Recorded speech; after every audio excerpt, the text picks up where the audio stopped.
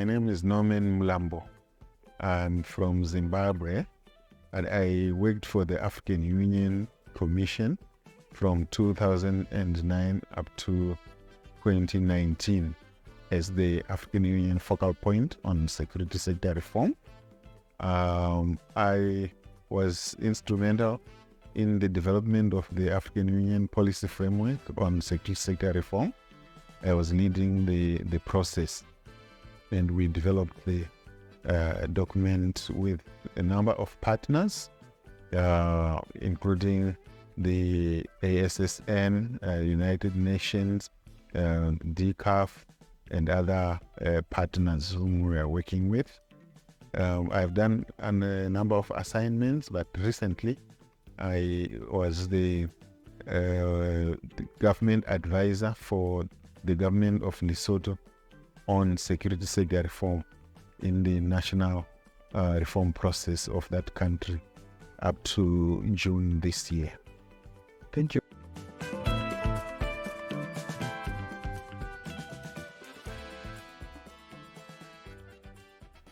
Well, for me, the biggest dream is for a peaceful Africa where there is no fighting. Not that there should be no controversies or no discussions, but when there is a problem, people must discuss the problems and come to an agreement and so on, instead of the fighting that is there. So that is my biggest dream, for a conflict-free Africa.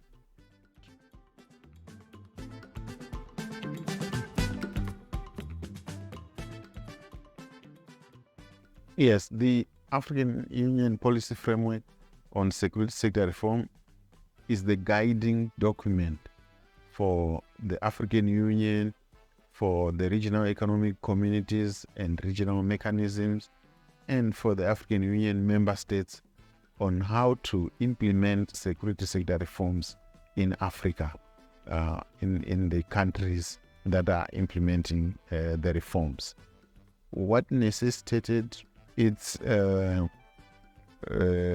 development was the fact that there are a number of countries that had already started doing security sector development, security sector reform, and other projects, but without guidance.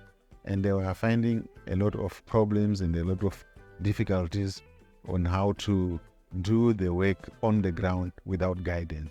Of course, there were some guidance notes from other areas, from Europe, for example. They had developed a number of documents for their own guidance on how to do the reforms in their own countries. But we did not have anything on the African continent. That is how, that was the motivation to have an African document that can guide our own people on how to do reforms in African Union member states.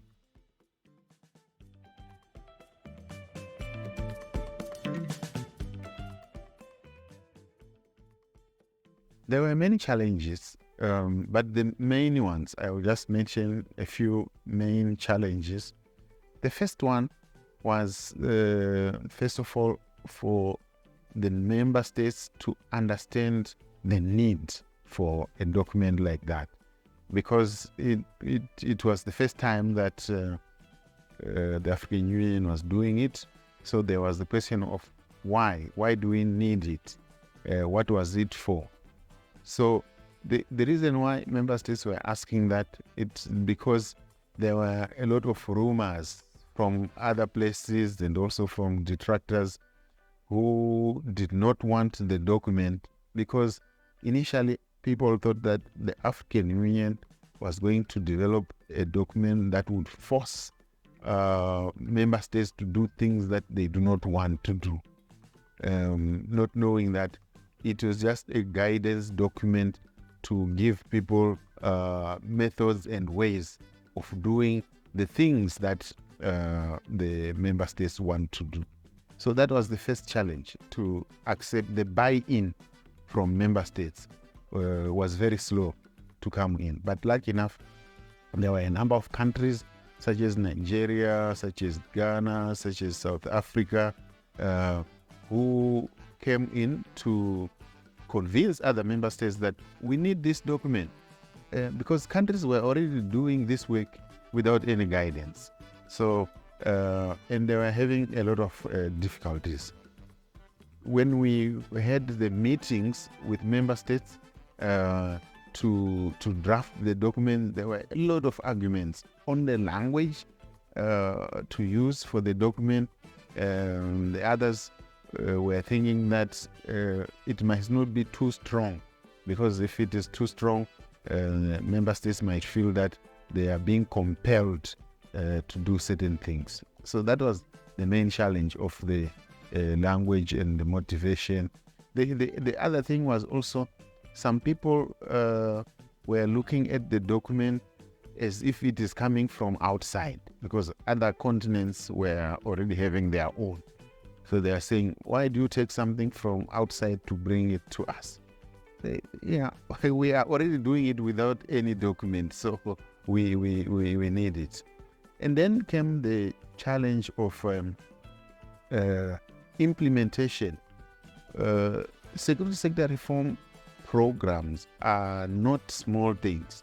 They are huge, because you are talking about national programs, national armies, national police forces, national security agencies, and so on. Now, to do a program that involves all those national agencies, it is huge, it is expensive. So the money to implement any of the programs, for example, a simple thing like training on human rights, and you want to train the whole police force, and you want to train the whole army, you want to train the whole intelligence services, and so on. Those are huge programs, and it's just one area on, and there are a number of the important areas that need to be done. So the size of it was intimidating to a lot of member states. So the need for funding and other resources, the other resource which was not available was the expertise, the people who know what is to be done, because member states had not done it before, so there were no people who had the knowledge. So we had to do a lot of training in the regional economic communities, in the member states, to get a critical mass of people who know about security sector reform. Lucky enough, there were organizations that were already doing this kind of thing. The African Security Sector Network was one of them, who had a network of people who had some experience in this. So we started the training with them, with DCAF, with the United Nations, and so we started having some people on the African continent who have this knowledge. The other challenge also was the partners whom we were working with at the beginning. Some of them wanted to pick what to assist with in a member state. So if one country says they are doing reforms and they ask a partner to come and assist them, the partner would choose what to do. And then they will be at a loss, because that may not be the priority for that country at that time. Because of the size of it, you need to prioritize. What do you do first? What do you do second? And put a timetable on things. But because you are relying too much on partners, if they choose, then you have to follow what they want. So those are some of the challenges. The other thing was then to let the people, the citizens, to understand what the reforms were all about, the need for reforms. There were places where it was easy, because the people were already calling for change on the ground because of the problems that they were facing. Those areas were easy. If you have, for example, in this case of Lesotho, where they were already talking about changing their system because of the problems that they were facing. So they started talking about reforms even before the African Union came with a policy framework. But when they heard that the African Union already has a framework, they were quick to pick on it and say, let us learn from what the African Union has. But the discussion had already started in the country. That made things a little bit easier.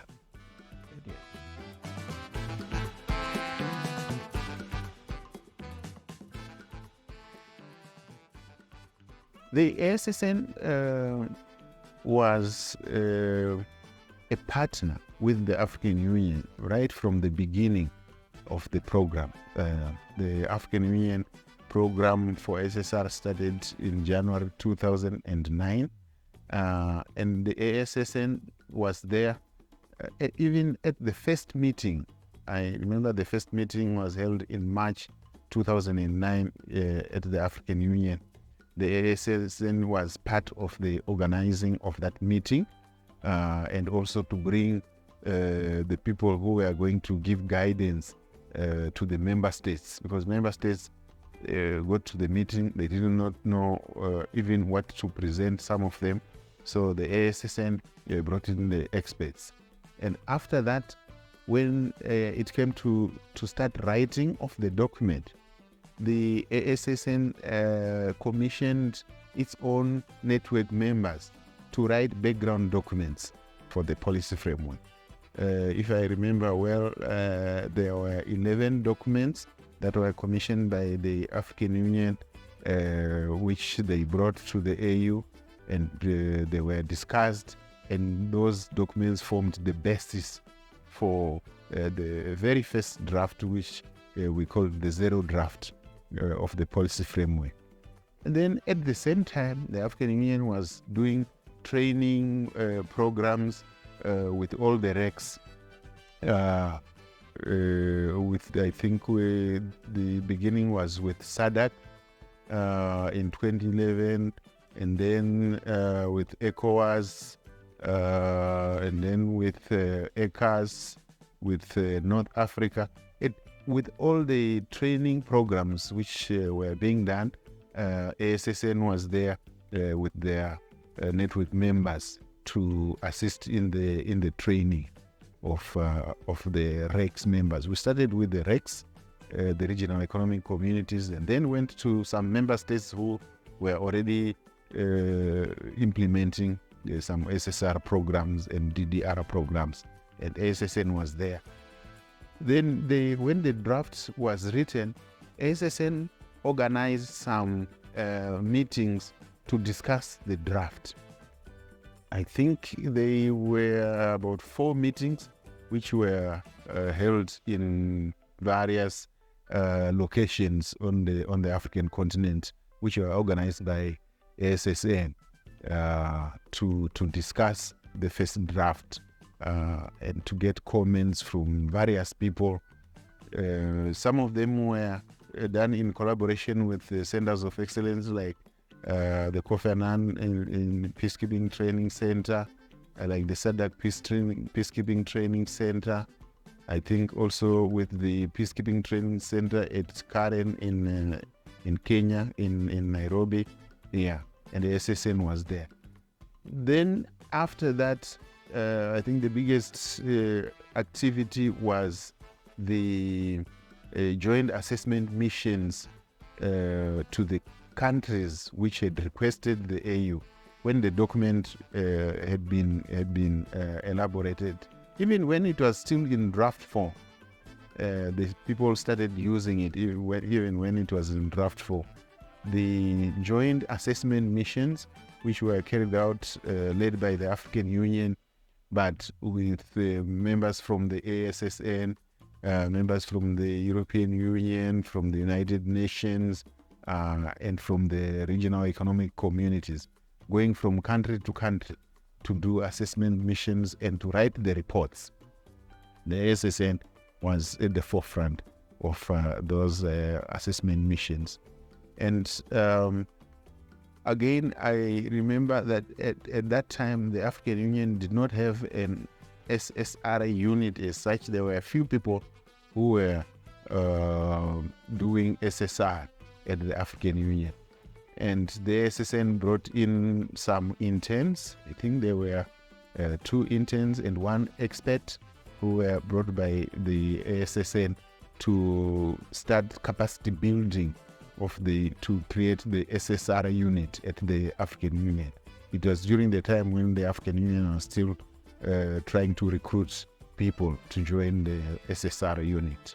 So those ASSN experts were the ones who actually formed the African Union SSR unit at the beginning. The last thing was the preparation for the document to go to the member states, to the heads of states. And there were a number of meetings that were held at the African Union, culminating in the last meeting, which was held at the African Union to validate the document before it goes to the heads of states. It was organized with the assistance from the ASSN. So those were the major events. But otherwise, basically, at every stage, the ASSN was there with the African Union doing things together.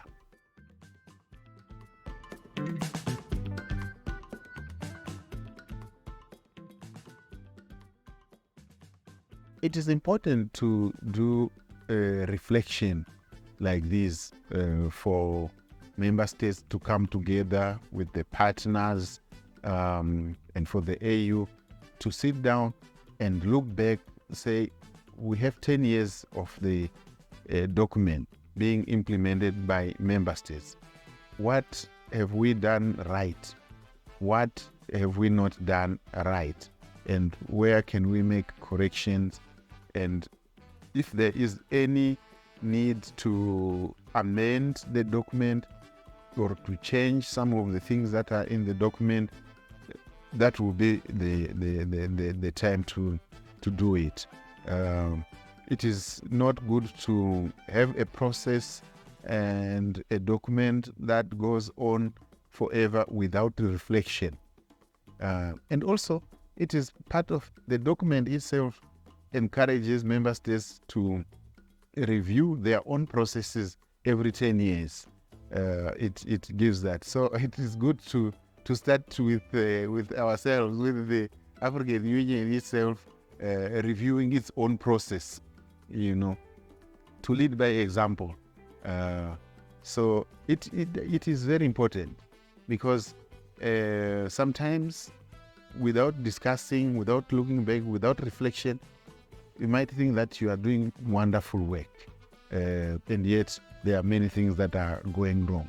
So this is the time to look at everything and to take note of the things that went right and to improve those, to take note of the things that did not go right and to change those. And if there is a need to reword some of the sections of the document, that will be the time to do it after reflecting. It is like a self-assessment of the work of the AU in security sector reform.